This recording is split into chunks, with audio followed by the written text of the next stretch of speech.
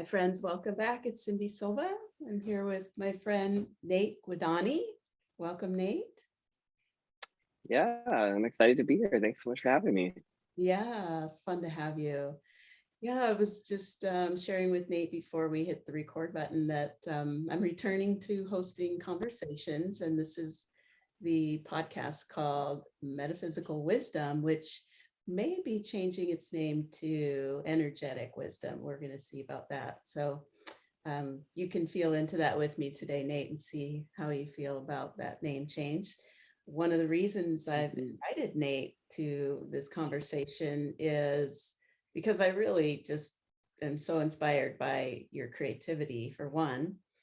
But I came across your website a while back and just noticed that you were integrating yoga and qigong in a very interesting way, and that you had developed your own method and form of yoga called Bo Yoga. Listeners can find out more about that at boyoga.com. And I took some of your classes online, just really felt that we had a kinship and a common lineage, if you will, of teachers, and it's turning out to be true. So I wanted to invite you into the conversation and share a little bit about how you came to, find your profession, in helping people stay healthy and introducing them to some of these ancient systems and this beautiful way that you integrate them in such a fluid offering. Anything you'd like to share about your background to start us off would be fun to hear. Yeah, thank you. It's been a long journey because I was just thinking the other day, I just turned 36 this year, and I started yoga and meditation when I was 18. So literally, half my life now has been really focused on this work, full time. This has been my main focus, and I came across meditation when I was in New Zealand. I was getting really bored with high school and getting into trouble, and just kind of needed a change. And so I saw this exchange program offered, and I was like, "Get me out of here!" So Lord of the Rings came out that year. That might have been one reason why I picked New Zealand. But I went there, met an incredible host family that I stayed with for the year. And my host brother and I were really into this kind of self-discovery. We discovered meditation and yoga, and kind of just we're at that age also where we were asking these questions. Who am I? What do I want in my life? What is important? What direction do we want to go? And yoga really gave me a lot of tools to find my confidence, to find myself, who I am, what I want. It gave me the ability to tap into authentic power, which I never felt I had. I think I was always a bit insecure and anxious, and just kind of that's why I was getting into trouble. I was just kind of bored and didn't know what I wanted to do. And um, it gave me a direction. And so when I came back to America, I went on this quest and started seeking out every teacher I could find, and got into chanting and Buddhism and meditation and yoga and this and that, and this and that.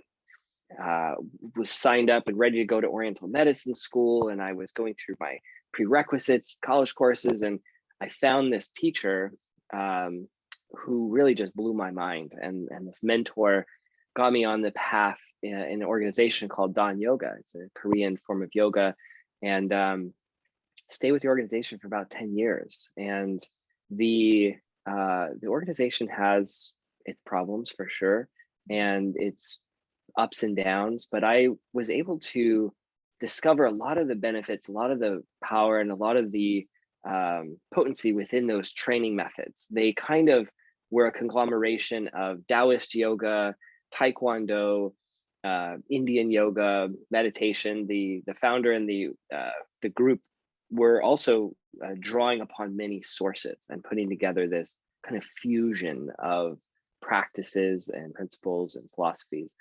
And I think that resonated with my personality. I really like to be creative. I like to try new things. And within that time there, I started getting into martial arts, and I loved the bow staff, and I loved yoga. And I started kind of messing around with combining the two and seeing how these bow staffs, these traditional tools, actually make really great yoga props. I started tinkering around and kind of discovering some of these ideas.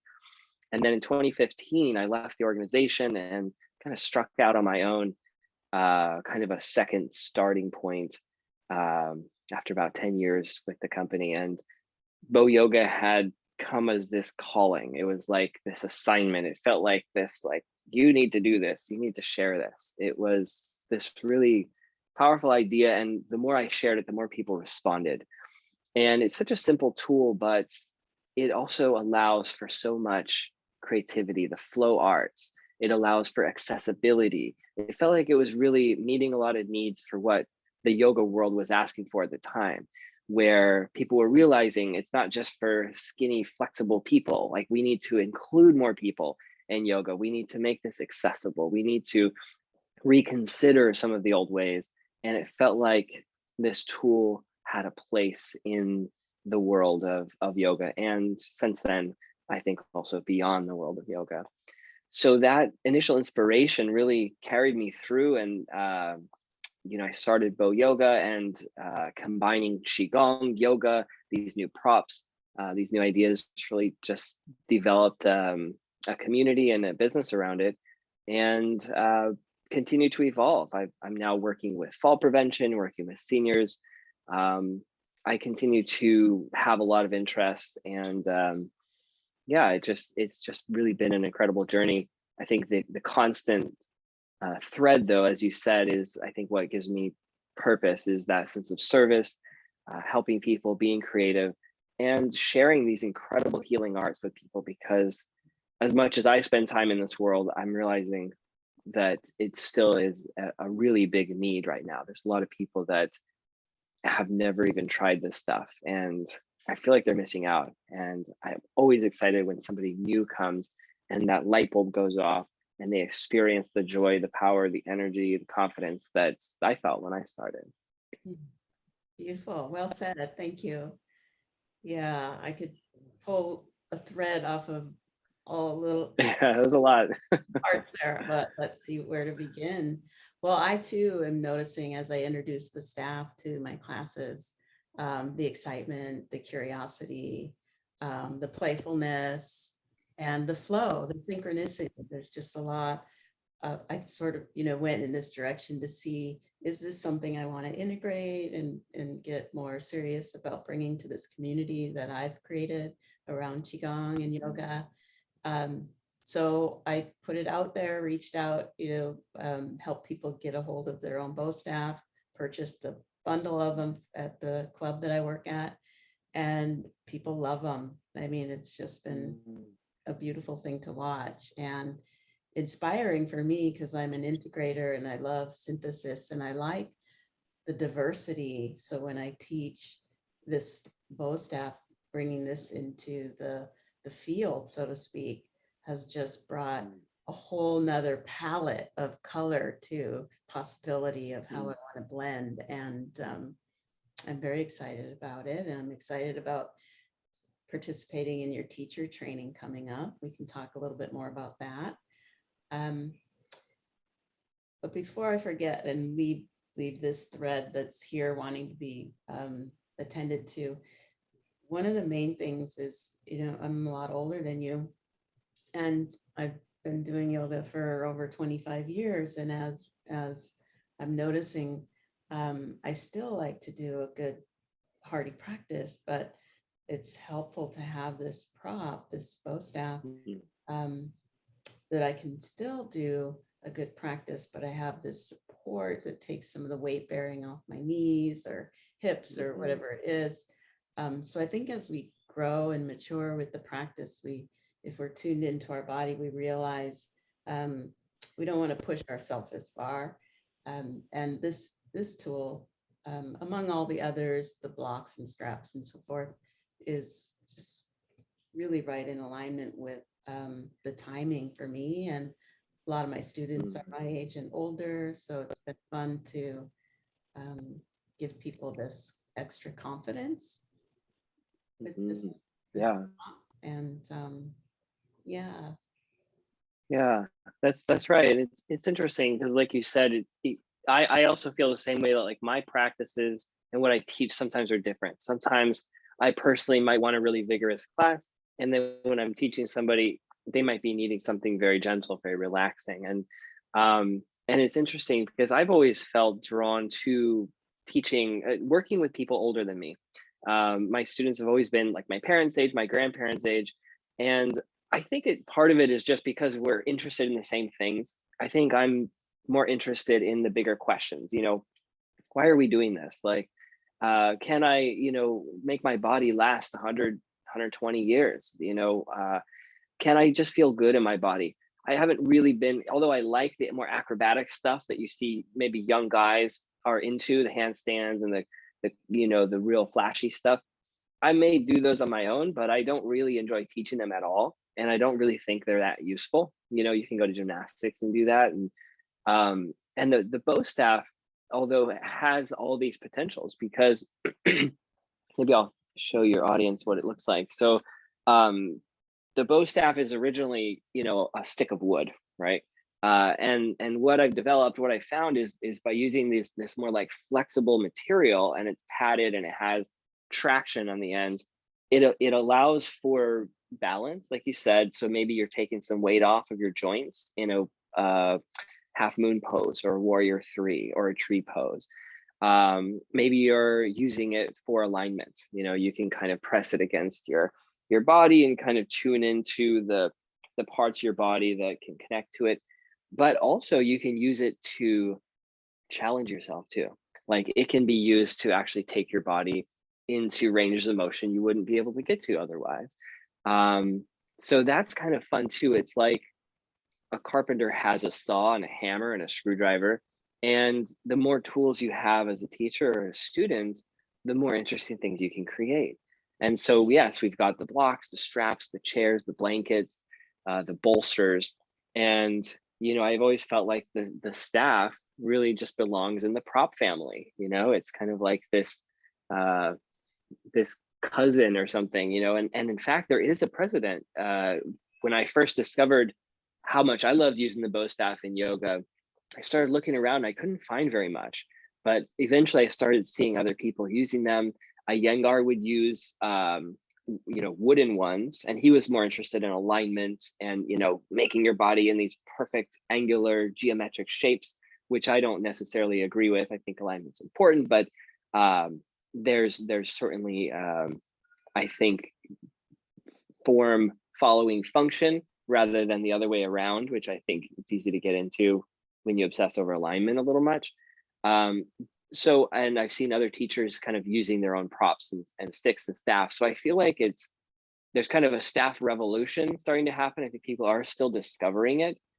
Again, because I've been doing it so long, I'm almost like, what are you all waiting for? Like, this is amazing, So it's always fun to see people who kind of get it and see the value. And I think it does take a teacher though, because sometimes I'll hand it to somebody and they're like, I don't know what to do with it. But when I give it to you, you recognize it, you see, and then you take it further. It's like you've discovered things I never thought of. You're already using the staff in new and creative ways, and that's what really excites me. I really wish that that everybody would think about all their props in the same way, blocks and straps. I think students sometimes get into that mindset where they're just like, I'm just going to try to do it right, or just follow the teacher.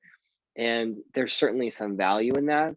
But at the same time, there's a whole other world when you start thinking creatively and thinking strategically how these props might work depending on what your goals are. And I think it opens the door for a whole lot of things, not just in our class, but in our life. I think it opens a mindset up and opens opportunities. So that's, I think, the big vision of the staff is like, how can this assist the opening of the mind as well as the body? And how can we refresh our practice? You wrote a beautiful article about body boredom and how we can kind of get stuck in a rut, and just introducing a new tool, a new idea, I think sometimes can unlock that for yoga teachers and for their students too. Definitely. And reconnect us to that playful spirit inside, because we tend to get kind of serious about our practice. And then it's Right. that seriousness is a narrowing, right? And we want to be broadening as we enter our practice. That's yeah. Well, something else you said, reminds me of another thing we have in common. And, we both really enjoy the philosophy attached to these practices too, not just the physical practice. Of course, you want to take the philosophy, the intellectual understanding into action and experience it directly.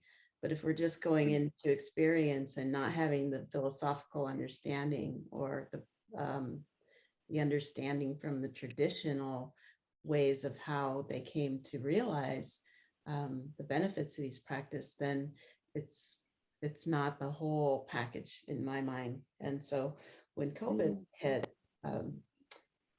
the way that we responded to it here in our community with our qigong group was we started to do book studies on Zoom, and we would study qigong, the philosophy, through different teachers. And so then when we would practice, people would have the concepts to apply to what they were actually physically doing.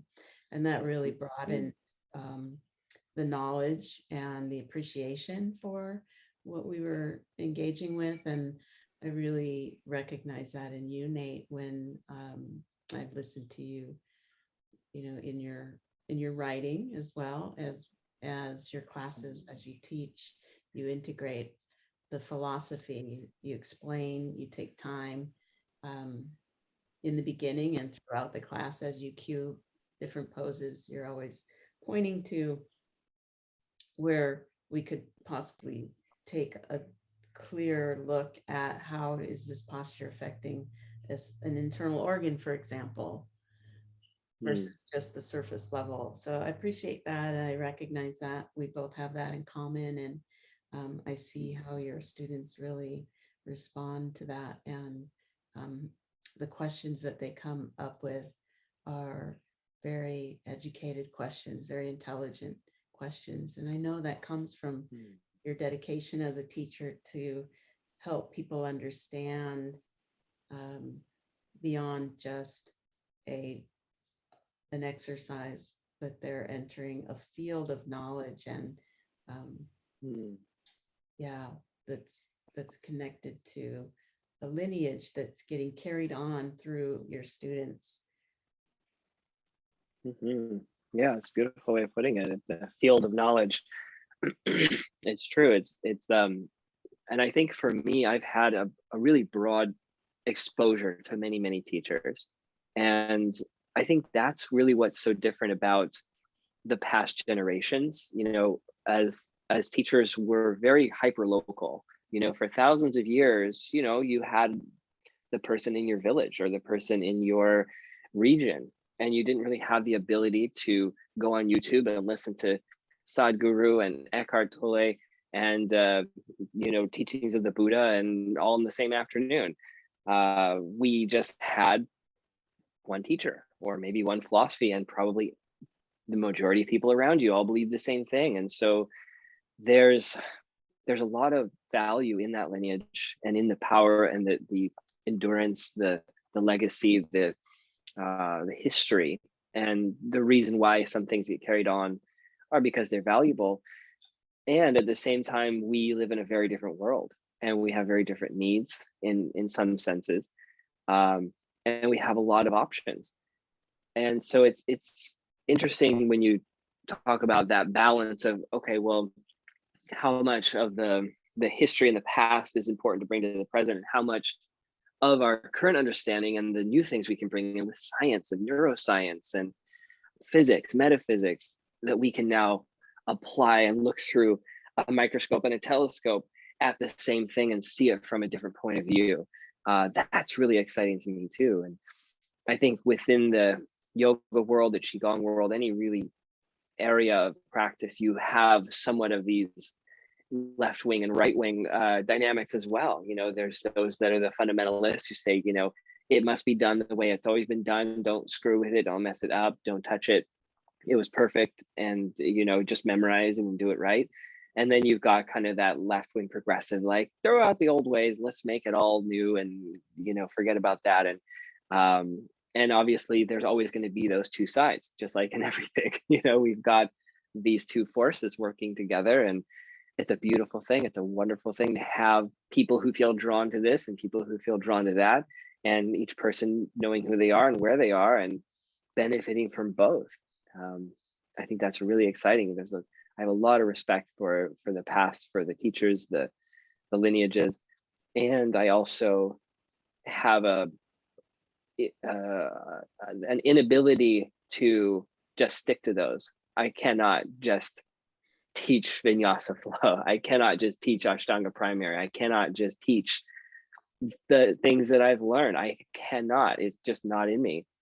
I have to integrate. I have to combine. I have to synthesize, like you said. I have no other option. That's just who I am. And to me, that's really fun and exciting, because I think we do get to enjoy the best of both worlds. I think that's certainly possible. Yeah, agreed.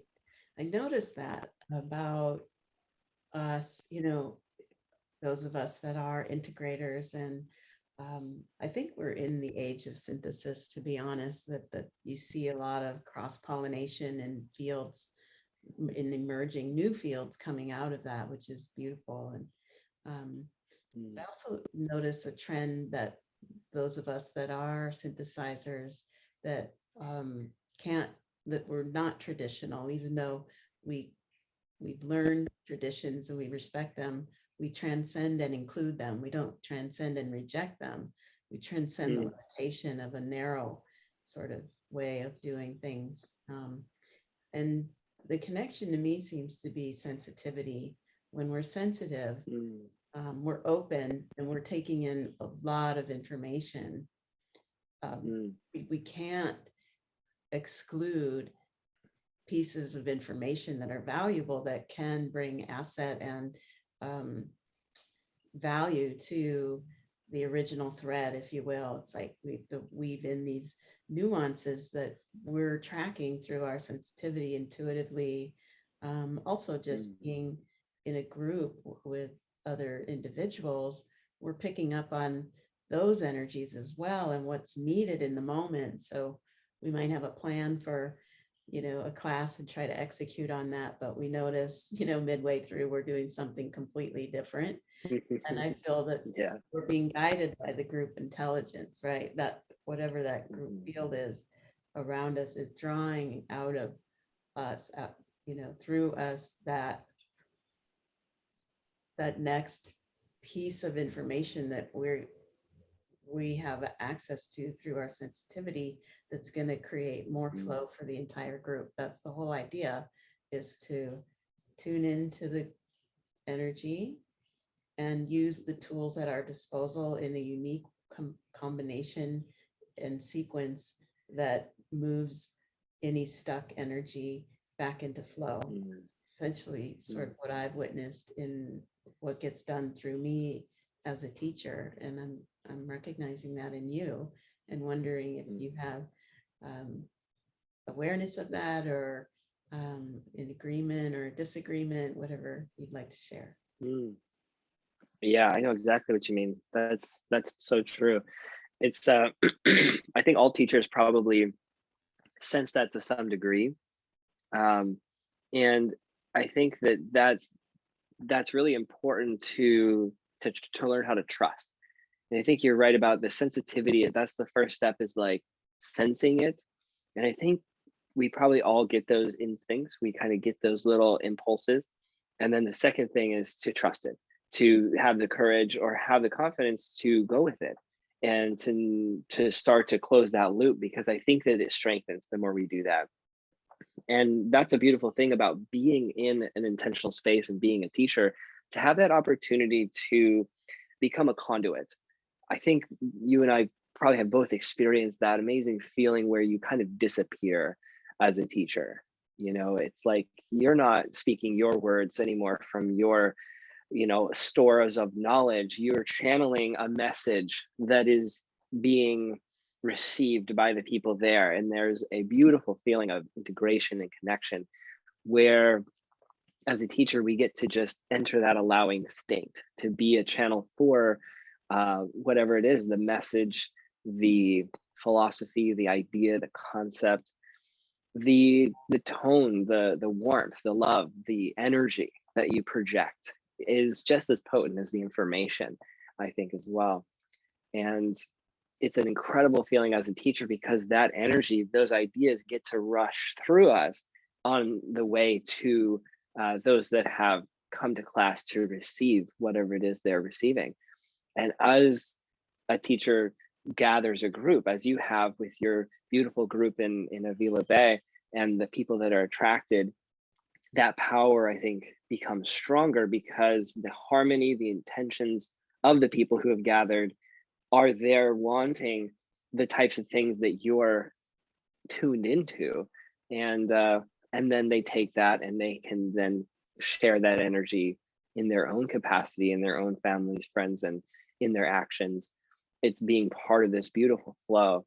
And it is, I think everyone has that capacity. And I think being a teacher invites us to embrace those best qualities of ourselves. When I teach, I'm the best version of myself, for sure. You know, it's an incredible feeling to go into a class and to have the intention. We're all going to feel better at the end of this. We're all going to feel stronger. We're going to feel more aligned, more connected. And everybody else who comes in, that's their intention. I want to feel better, stronger, more aligned, and more connected. And when those two things come together, it really does open a channel to these incredible powers and these incredible energies that are wanting to play with us. And that, I think, is a really beautiful thing. And as a teacher, I think it's important to find that balance.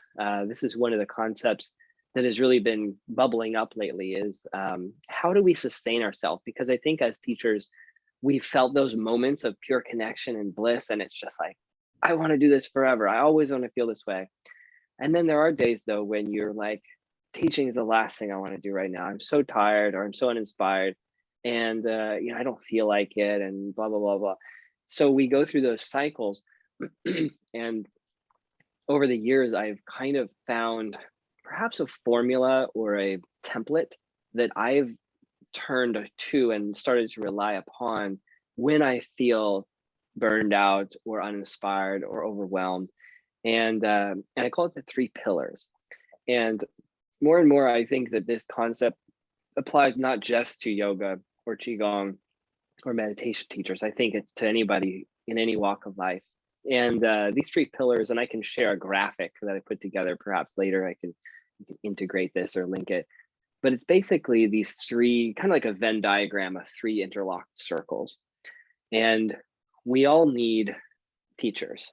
We need people that we can learn from, feel inspired from, people who have maybe been doing it longer than us, or who have practiced longer than us, who have information or connections that they're sharing with us. We need that source.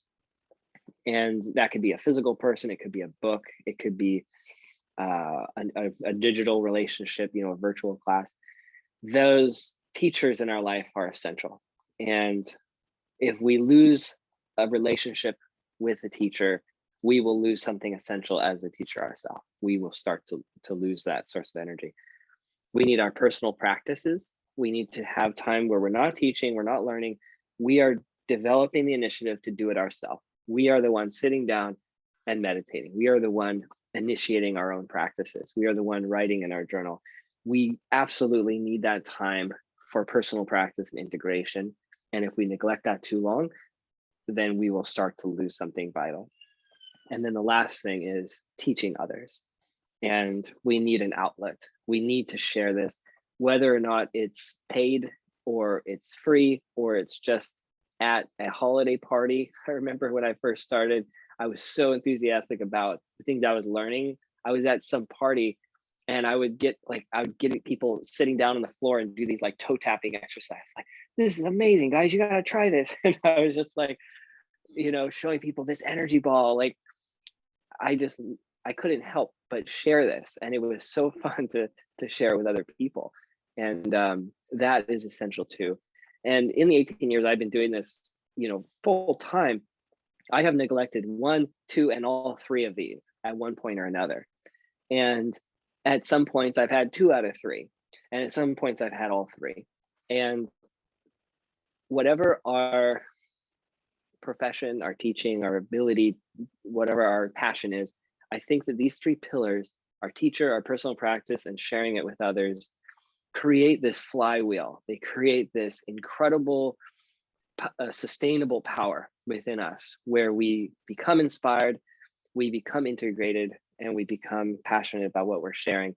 And I think it's essential. And for any teacher who's feeling tired, burned out, overwhelmed, look at these three and see if one of them isn't missing, or maybe even two. And if you can find a way, seek out that teacher, carve out your personal practice time, because if you're only teaching and you're not doing those two, you will burn out. And if you're just learning and teaching, you're not doing it yourself, you're going to feel like a hypocrite. And if you're just teaching and doing it yourself and you're not learning from anybody else, you're going to get stagnant. So these three results are very predictable, I think very universal and very solvable, because we can, as soon as we realize what we're missing, seek it out and recommit to it. Beautiful. I like that word, solvable. Very solvable. Makes it sound easy. There's a book by Marie Forleo called Everything is Figure Outable. I don't know if it's a real word. I like the word solvable because it's reminds me of alchemy, the solvent. Oh, like a solvent. I like that. Yeah. Solvable. Yeah. Yeah. Something immutable about it, right? Like you can alchemize anything with your intention, right? Yeah. Yeah. Any resistance can be dissolved. Yeah, there's a lot you said there. At another point, we'll do another conversation. We'll talk about the consciousness that's involved in that teaching and what's getting drawn out of us and reflected back to us, and vice versa between student and teacher. It's all one in different parts, right? But I want to take some time for myself and for my students, anyone tuning in that's a qigong student, to let you speak about your experience with qigong and how we spoke more extensively about the yoga aspect of things and integrating the bow. And now I'd love to make some time for you to share about your interest in qigong and your training, and then how you brought that into the mix. So as long as we're talking about threes, let's bring in that third big juicy piece that I know my listeners would be interested in, and I'm interested in, and you're definitely a great resource for qigong wisdom and teachings, and you offer classes online. And that would be my follow-up question to this, if I forget to ask it, is your experience of teaching in person versus teaching online. So let's start with the qigong piece and then flow into that if it feels, like you have enough time.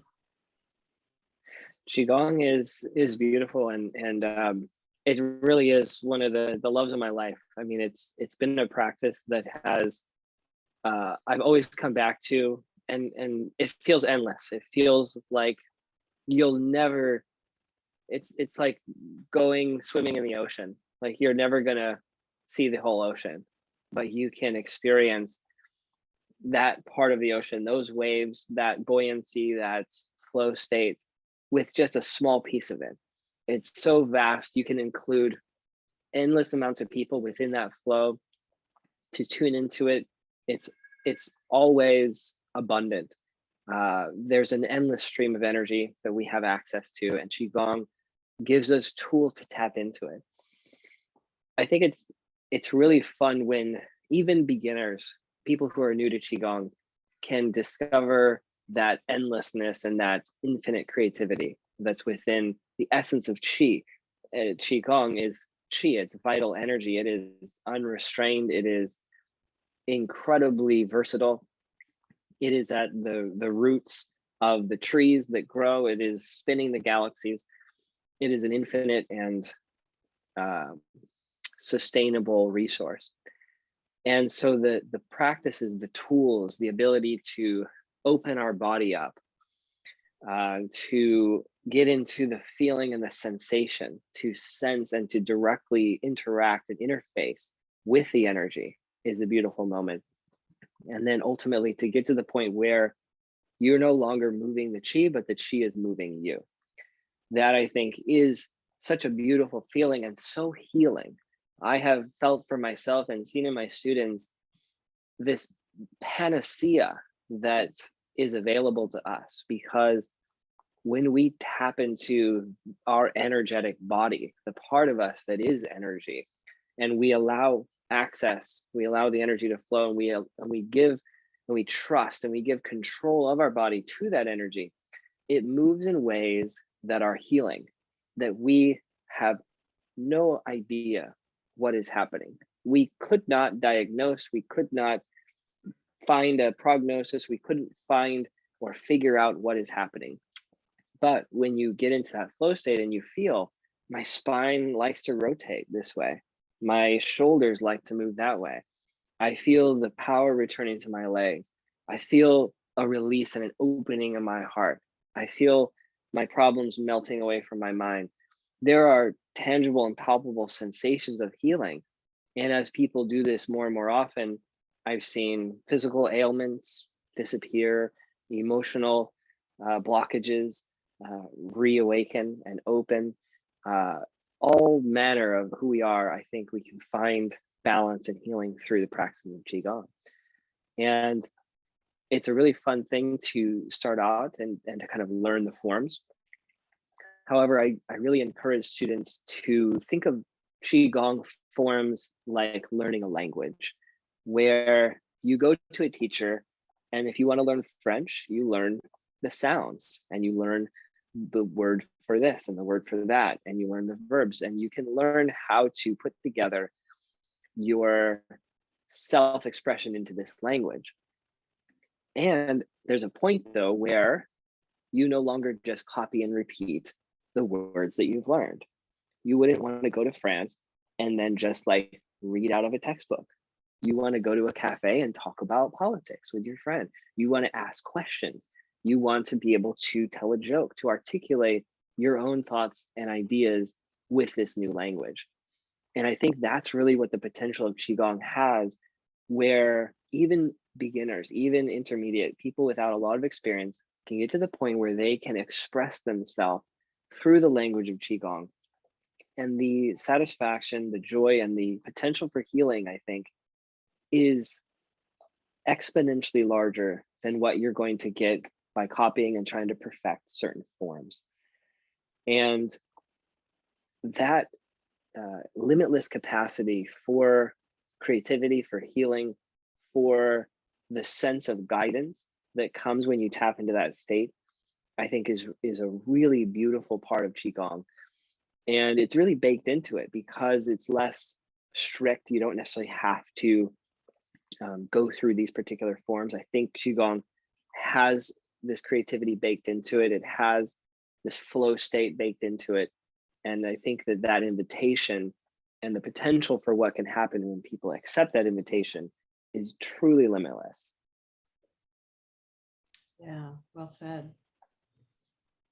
Yeah, I love that concept of being moved by the chi versus moving the chi.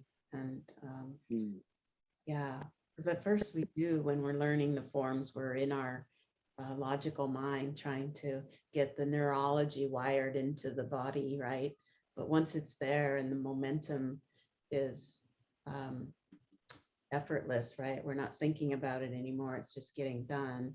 We can become a passenger consciousness on that ride versus being the driver. And that's Absolutely. I think when that switch happens to where the magic can really start to flow and those spontaneous kind of healings can emerge. And often I'll have students say that they can't feel the energy and they get really discouraged because when we do the energy ball and they can't feel it. And I think what the limitation is there, what I've witnessed is that they're trying to feel it physically, right? And it is possible to feel the sensations physically, but if I help direct their attention to, well, do you at the end of class feel different in your mood? Oh, yes, Mhm. yes. Well, then you're feeling the chi, right? Just not Yeah. physical level. Maybe it's, you're feeling it emotionally or you're feeling it mentally. Um, Mhm. but you're noticing and registering a shift, which Mhm. means you're relating in a way to the experience and it's having an effect, right? Mhm. There's an alchemy about it. It's changing our chemistry because it's bringing our brainwave into uh, a state that's more in coherence with the body, and it's bringing us home to the body whenever we put attention on the body. And yeah, the body feels less anxious.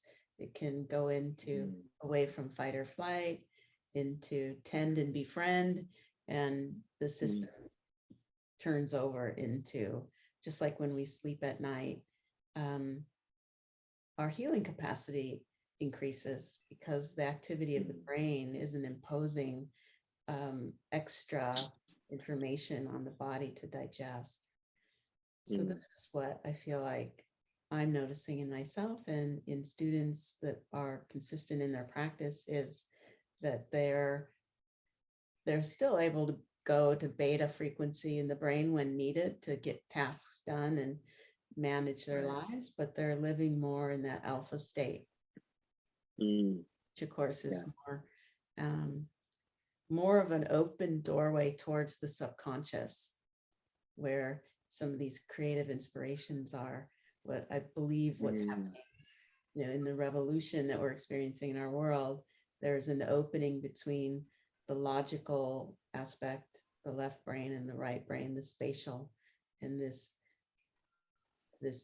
yin and yang aspect more in harmony versus the imbalance that we've seen in our yang driven culture. We're Mm. opening more to these frequencies that come from abstract. Yeah. Mhm. And Yes. Yeah. yeah.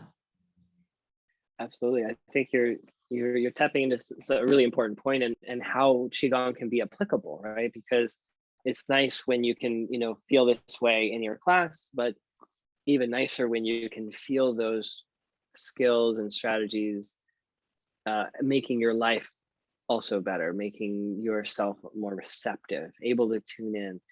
Yeah, like you said, that baseline perhaps shifts from more of that like stressful kind of hyper mode of beta to everything's all right, like everything is fine, and there's that patience. And I think qigong has that ability to balance our structure, because yes, you can learn a very structured form, you can learn a very particular set of movements, and at the same time then you can tap into the spaciousness, the emptiness, the non-doing, the clarity, the openness, the listening, and that ability to kind of be active and passive at the same time, to, as you're speaking, also be listening, as you're moving, also be feeling. I think that is so applicable as human beings. I mean, who couldn't benefit from being in that state where we feel access to both parts of ourselves? That's so applicable. Yeah. And hence the name of your business, Balance for Life. It's not just this ability to balance physically on one leg or Mm, whatever. It's the balance internally that gets reflected yeah. externally in how we move our body and how we move through our life and our relationships. So that Mm, balance for life starts internally with the balancing of these two um, forces. I don't call them, I mean, we traditionally think of them as opposing forces, but I think of them more as balancing forces, right? Of the yin and the yang. mm, They're part of the same mm, whole consciousness that just like going back to your analogy of the carpenter, sometimes you need a saw for the project, sometimes you need a hammer. And if you try to use your saw where you need a hammer and your hammer where you need a saw, you're not going to be very effective. Probably frustrated. yeah. So Right. that these tools are really helpful in that way to help us know what Mm, state of mind and heart and body we want to be in to address certain things arising in our life that need to be met. Sometimes we Mhm. need to be more yang, and sometimes we need to be more yin, and sometimes we need to hold that balance. And it's never Mhm. static, right? It's always fluid, just like the I Mhm. Ching, it's always changing. Mhm. Yeah, and you had mentioned kind of that process of teaching in person versus online. Yes. And I definitely want to address that because you're right. Like our lives have shifted a lot online. You know, this tool, the ability to connect to people from a distance, has been really incredible. It's been a lifesaver. You know, people are able to work from home. People are able to stay in touch with family and friends and to teach. It has so many advantages. Um, Obviously, it's not perfect, and it's not going to replace being in person. We still, I think, have deeply ingrained needs to gather and to connect and to share space in person. And that is certainly very important. Um, I was a little bit surprised actually at how well the online classes have been going. I thought the last thing people want is more online time, but I found it's been this really incredible lifeline. And it has allowed me also to connect to students that I'd lost touch with from other places that I taught in other states at other times. We now can kind of regather our community together. And that's been really rewarding and really incredible and meaningful. And I'm also now hoping and planning and taking steps toward creating more in-person connections. I'm going to be starting in January to teach my first like in-person classes again in a long time, while maintaining my online stuff and really feeling drawn to building community again. And in the midst of what's going on now, of course, that's got its challenges, um, but that's going to always be there, even when these challenges come and go. That need for human connection, for community, will always be there. And I'm excited to embark again on building an in-person community on top of our online community right now too. Um, but yeah, I was curious, was there any questions you had about maybe from the student's perspective or teacher's perspective about some of the nuances of teaching virtually? I know in my teacher training that I do, I now do my teacher trainings online. And the last time we did it, last teacher training was at the beginning of the pandemic. And I was having to, we spent about half the time just helping teachers navigate the teaching online world, how it works and what's the best practices. And, you know, I've had a lot of experience with that. So that's something, you know, uh, that I think all teachers are going to have to navigate and come out of their comfort zone in a lot of ways, you know, to put themselves online or put themselves in front of a camera. It's a very different feeling, and it does require a little bit of a skill set and tools, but Mhm. ultimately it is, I think, going to have to be in our tool house if we're going to serve as many people as we want to as teachers. Yes. Yeah, I feel it too. I agree. For myself, yeah, when the pandemic first came and we couldn't even go to the gym because it was closed, um, I just went with the evolutionary pulse to take some time off. So I figured, oh, this Mm-hmm. is like good timing to just create space in my life to feel into what is this about, what's emerging. And then eventually I realized part of my flow and staying connected to my intuitive channel requires that I teach, requires that I serve and share what's within me. And so I have that opportunity through doing my sessions online, my private sessions, um, which I've always had that.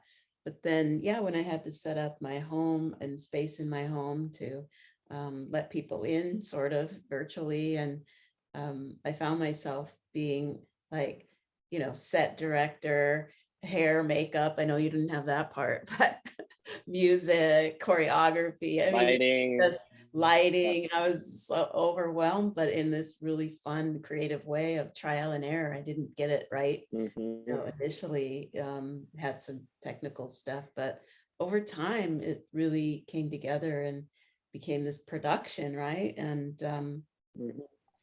I think it really created a container for the practice in a way that,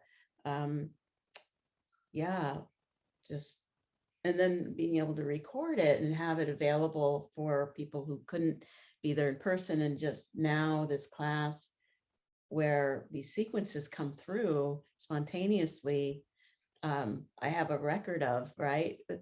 Not that I really go back and look at it, but the few times I did look at my videos, the first thing I did was like, oh man, I could just sort of see all my wounding and all this, like, where I was so insecure. And Sure. part of me was like, oh, I have to fix this, I have to do something different, and then there was this other wisdom, like, no, that's part of the package. Like, everyone's unique and we all have our weaknesses and our strength, and we don't want to pretend like that part's not there, and just let it be part of what attracts and makes others feel comfortable. So that was a big piece of my exploration. And so we did like a year and a half probably of online classes, and then when we were able to go back to the club, we have this really beautiful resort club that I teach at, and we have a lot of outdoor space, which most people don't at that kind of facility. So we've been able to be outdoors teaching and having classes. And so I'm back to teaching in person, which I love, and I teach on the beach when we can. But I do feel that I am going to be teaching online again for whatever reason, just as a complement maybe to some of my classes, but also for the reason you mentioned, that I can, I have students in different parts of the world and state that would like to participate that aren't able to. And I do want to accommodate them and anyone else in the world that's interested in, the integration that's happening here and the community that we're creating around that. So I'm looking forward to it. And I see you as sort of my role model in the virtual space, because you're consistent and you've got it down. And it's very professional, but also very approachable and homey. You know what I mean? It's just it's both I want to say casual and professional, if that makes sense. Well, good. Well, I'm glad it comes across that way, because I know, and you've certainly seen, I still have technical difficulties and issues with my microphone or music. And the more technology you think you're adding a piece of technology, you're like, this will make things easier, and then it adds one more layer of complications, one more thing to break down. So One more thing to remember. Sometimes, one more thing. Oh, did I turn my microphone on? Or is the music, where'd the music go? So so for new teachers, anybody who's getting into online teaching, start very simple. Yes, it really doesn't matter. People are there for you, for the class. Like, they don't really, I think the things that they care about probably aren't as important, as the things, like, we think the things that are really important, they don't care about in a lot of ways. So, as long as people can hear you and see you, there, you'll get your message across. And technology is an amazing tool, and it's so accessible now. I mean, we can, with just a phone or a laptop, we can reach the whole world. It's an incredible thing to think about, that ability. And as teachers, I think that also gives us an opportunity to be truer to who we are and to really dive into our niche, because with more teachers online, with more teachers putting themselves out there, you can start to find your community.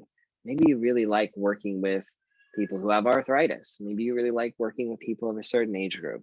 Maybe you really like people who have gone through similar experiences that you've gone through, and that you've found tools that help you with. I think teachers can really thrive when they find their niche and they find what really makes them excited to wake up and to show up and to go through all those challenges. I think a lot of teachers come out of a teacher training and they're like, okay, I just have to teach what I learned, and they could kind of feel like they're one fish in a huge ocean. But anybody who's feeling the call to teach, it's a really wonderful time, because you really can, just like TV right now, like on Netflix and Amazon and all these different programs, now directors and filmmakers and artists and actors can now create these really niche stories and these really, unique expressions of that would never work on a mainstream audience, with 4 channels that are going through all these layers. In that same way that has allowed all this creativity and all these options, the same thing's happening in the wellness world. And with those unintended consequences and inevitable challenges, it also presents an incredible opportunity that we get to have the ability to teach in our own way. We get to offer our particular gifts, and finding them, embracing them, and honing them, and then simply delivering them, I think is very, very possible. And that's something I'm excited about when I see people joining the teacher training program, is they're going to be working with people I won't reach, that won't relate to me, or they'll be working with people that I don't have access to. And they're going to take these teachings and they're going to transform them, deliver them, package them in a way that is more suitable, that's more accessible, that's more relatable. That's a beautiful thing. And technology has made that a lot easier from my point of view. Yeah, for sure. And it's more even playing field. Yeah, that's right. Yeah, you can put yourself out there and anybody can find you. It's yeah, you don't have to go through these channels, these gatekeepers anymore. Yeah. And it doesn't have to be perfect. I was talking with Nate about how, as I relaunched myself as a host for conversations, I've done this in the past for several years, but I'm showing up more now with this casual spontaneity, and not trying to follow all the rules of a podcast, or that make it considered professional or not, but just to start with where I'm at and then let it evolve as I get, feel into my own rhythm, the next step and the next and the next. And then, just trust and start where you are, and you'll be guided to the next step for bringing more of what is inside of you forward. And that's really what I'm noticing in everything I've studied in my whole life. I've been a student my whole life, and just a love learning and a diversity of topics and subjects. And what I realize is everything I've studied and learned is just adding another language, if you will, to help me describe and share the wisdom that's here that wants to be shared, right? So I'm not studying yoga or qigong or human design or gene keys or all the things I've studied, biogeometry. There's just, the list is endless. Those systems that I'm attracted to, and I go into that field, and I am altered by that information. And I now have this palette of colors, if you will, vibrations that I can pull from in order to create the environment and the language that is carrying the transmission that's here to others, and making that available. So yeah, it's like a vehicle. All this knowledge is a vehicle, and we kind of put those different parts together in a synthesis that creates this unique vehicle that gives us the freedom to share what's inside of us, that wants to be known, that consciousness, that unique consciousness. And yeah, there's another piece that I just totally lost, but well, I can see that, and I think your students recognize that in you, that you bring your whole self into what you're doing. And there's a saying, the more personal, the more universal. And I think that your sincere quest for discovering these truths through so many different paths, putting yourself on the path and basically being a companion, I think is so refreshing and so inviting. And I think that's a big part of the magic that you bring to your students and to your classes, is because you are in it with us. We're in this together, and your discovery, your joy of finding a new way of delivering this magic and energy, I think adds to the potency of what you're offering. Thank you. Yeah, thanks for that. It helped me remember what I wanted to share. And that is that what's inside of us it's the Tao, right? It can't be described by words, but we do our best to use the words that create and string them together, sort of like you used that analogy before about language, that matches the frequency that is within us wanting to be shared. We're always attracting the language that is the best carrier of that. And eventually we get to where we no longer need the language. We don't need words. We just emanate it. And that is the offering. But I'm not at that point. So I'm still gathering the knowledge and the more refined techniques and philosophies that can do justice to what's here wanting to be brought forward. So the fact that we are both students and teachers of yoga and qigong, and we have other interests in common, says that, we're tracking something similar, and we're at a similar sort of phase in our, if you would call it, evolution. I don't think consciousness isn't evolving, but the forms through which consciousness expresses itself are evolving to give it more freedom. And I've shared these quotes a few times. People might be tired of hearing me share them, but it's really important to recognize what we truly are is consciousness. Yeah. And consciousness is seeking a form that allows its fullest expression. And these forms are going through an evolutionary change in order to bring more bandwidth and freedom to consciousness. And then that quote was by David Bohm. And Carl Sagan's quote is, "Somewhere something incredible is waiting to be known." And that is, I like that. Yeah, that is consciousness too, wanting to reveal itself in ways that it's free beyond the limitation of the current form. So my mantra is combining those quotes, and that to say that consciousness is seeking a form that allows something incredible to be known. And that's the pressure, if you will, I feel inside of me, the creative pressure to remove any obstacles to that. And in the Buddhist tradition, it's called a terma, and it's a hidden knowledge that is meant to come into the world at a particular time of need.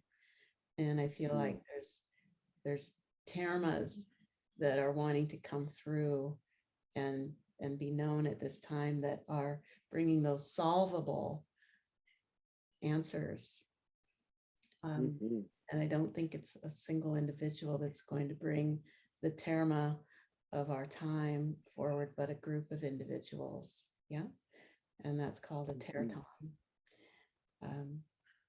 The terton is the carrier of the terma.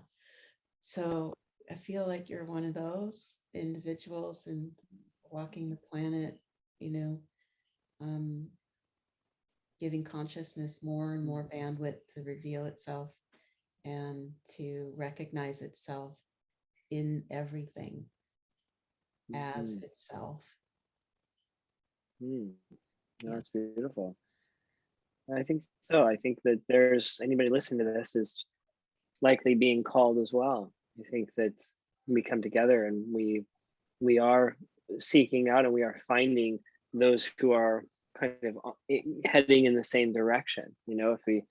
If we're all kind of heading the same direction, pretty soon we'll start meeting other people along the path, and we'll harmonize and we'll unify, and we'll recognize our our friends who have set these same intentions however long ago and continue to set these intentions and continue to walk this path. And that's what's so fun about this work, is that you get to meet such amazing people uh, who are on the same path and who are bringing this work forward in their own unique and creative ways. Um, that's been really rewarding. That's been one of the best parts about being a teacher as well. Yeah, thank you.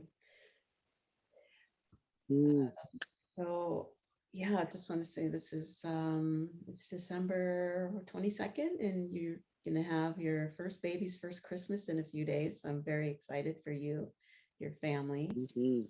And you're gonna have a teacher training shortly after the first of the year. You've got some things going on. You're gonna be teaching out in the world again physically. So as we wrap up this conversation, let people know how they can reach you, find out more about what you're up to, your offers. And I know you have a free bow yoga class coming up too on the first of the year online. So people anywhere Mhm. can join. Yeah, Yeah, let's wrap it up with, nice. yeah, your offers, Mhm. your very generous and creative offers. Thank you. Yeah, I appreciate that. It's depending on when you're hearing this. Yeah, if you're hearing this before the first of the year, join us for New Year's, 10 a.m. Pacific. We're doing a bow yoga class. If you don't have your own bow yoga staff, you can, find something makeshift, a broomstick or whatever. But it is a lot nicer to have something flexible. You can buy these on bowyoga.com website. You can get them with a package with some videos, some online classes, along with the staff. They come in 3 sizes. You've got a 4 foot, a 5 foot, a 6 foot. So depending on your height, if you're, 5 foot something, a 5 foot staff is great. If you're 6 foot something, the 6 foot staff is best for kids, or for certain, if you just want to do spins, the 4 footer is a nice tool as well. I just also made some, I have an 8 month old baby, so I've been cutting them into different pieces. So now I have a 3 footer, I have a 2 footer, and we just made a 1 footer. It's like this little baby bow. You can use it for like tapping on your shoulders, spinning through your joints, fingers. So it's really fun. Even within the bow staff, there's all these new, the size even just opens up these new possibilities. My niece has been using one to learn how to walk with, a little walking stick for her kids. Um, so that's been really fun. So bow yoga is evolving and growing, and the more people that get involved, the more it grows and expands. And it feels like this just wants to get out in the world. Like you said, it's like waiting to be discovered. It's this secret that, like, as soon as people discover it, they're like, where have you been? It's such a simple idea, but it has so many possibilities. And that's what really gives me joy, is seeing somebody for the first time, like, wow, this feels so good, or oh my gosh, I can do this pose now, or um, Mhm. it just it can unlock these new experiences for people and refresh them on their course. That's very rewarding. So yeah, bow yoga, I teach bow yoga classes online. I teach qigong classes online. I also have a balance for life class, which is designed for people who are beyond middle age, who want to learn, who really just want to focus on strength and balance. I've worked with people in their 80s and 90s, 100 years old, and hopefully we all get to that age. And when you get to that age, you're going to realize that uh, one of the most important things you could do for your health is to really keep your strength and keep your balance. That's how you're going to sustain your independence, your energy, your ability to do the things you want to do. We hope that, of course, the mental capacity stays. There's a little bit less perhaps we can do about that. There's a lot you can do for strength and balance. So if you have friends or parents or anybody who's in those beyond middle age, or if it's yourself and you're starting to feel like, hey, my balance isn't quite so strong, I'm stumbling, I want to keep hiking, the balance for life class is perfect for that. We use hand weights, we use body weight, we don't do anything on the floor, it's very accessible. And yeah, I'm teaching a bow yoga teacher training for anybody who wants to integrate the bow staff into their existing classes, or even just students who want to dive into a deeper understanding and more applications. That's available in February. But yeah, you can always check the websites and stay in touch. You can email me, nate@bowyoga.com. I love hearing from people. You can just reach out if you have questions or ideas or resources anybody wants to share with me. I love passing those along to students. And I have a newsletter that keeps you in touch, so you can get on that. And anybody who's not on Cyndi's newsletter, the weekly thoughts and ideas and the ideas you pull together, it's really just a work of art. It's beautiful. I look forward to your newsletters every week, and they're filled with inspiration, with personal stories, resources. So if somehow you haven't gotten on that yet, make sure you sign up for that too. That's always just a fantastic resource. Oh, thanks, Nate. Yes. If you're not signed up and you want, you can go to avilabeachqigong.com, AVILA beach.qigong.com. That's a long one.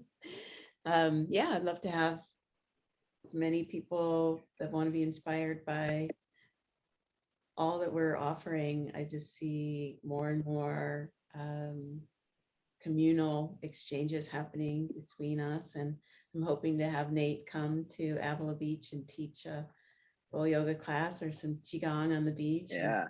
He's in Beaverton, Oregon, so not as many chances to play on the beach as we have, but I have had an invitation to come to Ashland for a friend that lives up there. So I was thinking, I don't know how far, is it like 300 miles? Are you 300 miles? Yeah, Ashland is southern Oregon. We're up in the north. So yeah, it's probably from Portland, probably 5 hours drive to get to Ashland from where I am. But Ashland's an amazing place. You should definitely go. Okay, yeah. All right. Well, thank you for your time, my friend. And yeah, we'll be in touch for sure. And I appreciate you and all you bring. And I just, yeah, I can't say enough about your creativity. And hopefully we can share some of your diagrams and maybe some links with this podcast and video. Maybe you can put a couple of links in to your website and to at least the 3 pillars diagram, and if not, that 8-limb yoga one. That one's just so brilliant. Happy to have you in my life, and to have a brother on the path that is just as inspired and in direction of service and community building around these concepts and traditions and where they want to go next. So thank you. That means a lot to me, and I'm super excited to collaborate with you more. And yeah, I invite anybody who's listening to come along with us. It's a really fun ride, and I think we're going to have some fun co-creations in the near future. Yeah. Thank you so much. The beginning, just the beginning. All right. Thank you, everyone, for tuning in. I appreciate your support and interest, and we'll do more conversations like this. And so, yeah, your feedback's welcome and appreciated. Bye for now.